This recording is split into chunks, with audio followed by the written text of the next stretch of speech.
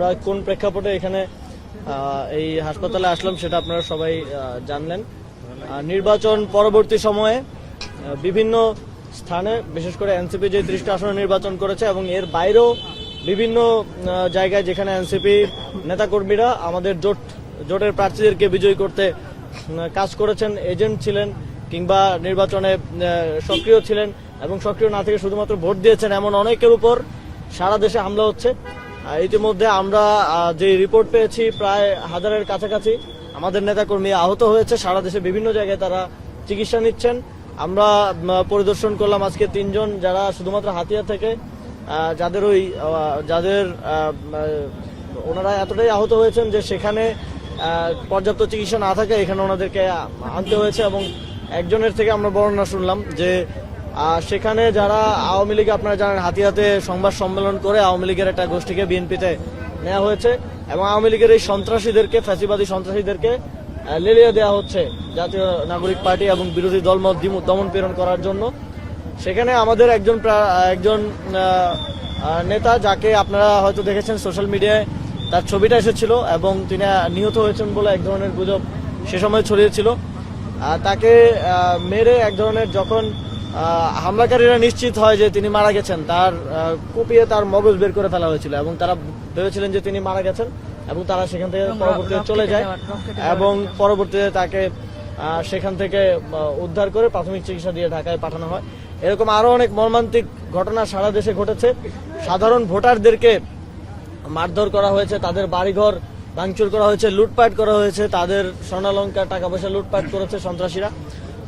এবং আমরা দেখেছি যে গতকালকে একজন স্বতন্ত্র প্রার্থীকে ভোট দেওয়ার কারণে, শুধুমাত্র ভোট দেওয়ার কারণে একজনকে হত্যা করা হয়েছে বিএনপি নেতাকর্মী কর্তৃক। আমরা সারা দেশে একটা ট্রেন্ড দেখছি যে বিএনপি সারা দেশে একটা স্ট্র্যাটেজি নিয়েছে, তারা আওয়ামী লীগের সন্ত্রাসীদেরকে লেলিয়ে দিচ্ছে।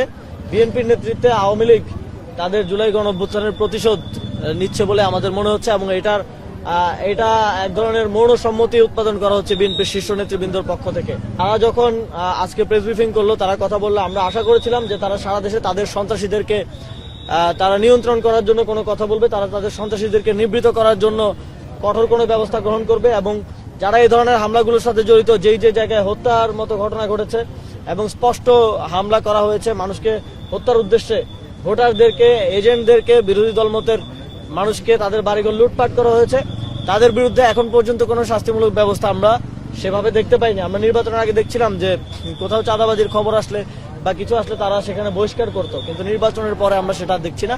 তো আমরা মনে করি তখনকার এই যে বহিষ্কারের ঘটনাগুলো এক ধরনের আইওয়াস ছিল, এক ধরনের নাটক মঞ্চায়ন করা হয়েছিল বাংলাদেশের মানুষকে বিভ্রান্ত করার জন্য এবং মানুষের ভোট নেওয়ার জন্য। যেই তারা নির্বাচিত হয়ে গেল, তারা এখন আর দেশের মানুষের কোনো দায়িত্ব নিচ্ছে না, তারা তাদের সন্ত্রাসীদেরকে নিবৃত করতে কোনো ধরনের কথা বলছে না।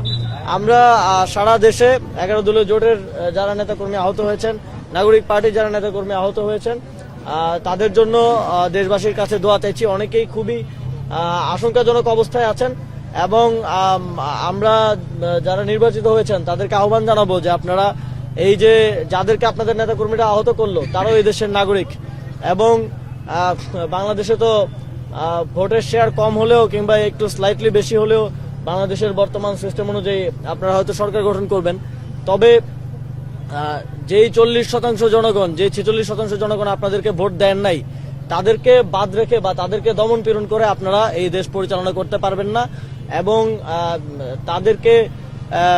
তাদেরকে সেকেন্ড ক্লাস সিটিজেনের মতো ট্রিট করে আপনারা এই দেশ পরিচালনা করতে পারবেন না। এবং সেক্ষেত্রেও সেটা যদি আপনারা করতে চান তাহলে আমরা যেই 11 দলীয় জোট এবং আমরা আমাদের সেই জনগণের পাশে দাঁড়াবো এবং তাদের জন্য আওয়াজ তুলব এবং আমাদের আহ্বান থাকবে সরকারের প্রতি। এখন অন্তর্বর্তীকালীন সরকার এখনো দায়িত্বে আছে এবং পরবর্তীতে যে সরকার আসবে তারা এই নির্বাচনে যে সন্ত্রাসীদের যে ভায়োলেন্সের মাধ্যমে যারা আহত হয়েছে, যারা মুমূর্ষু অবস্থায় আছে, সকলের নিরাপত্তা তো নিশ্চিত করবেই, পাশাপাশি এই ঘটনাগুলোর সুষ্ঠু বিচার বাস্তবায়ন করা হবে এবং তাদেরকে ক্ষতিপূরণ দেওয়ার দাবি আমরা জানাচ্ছি।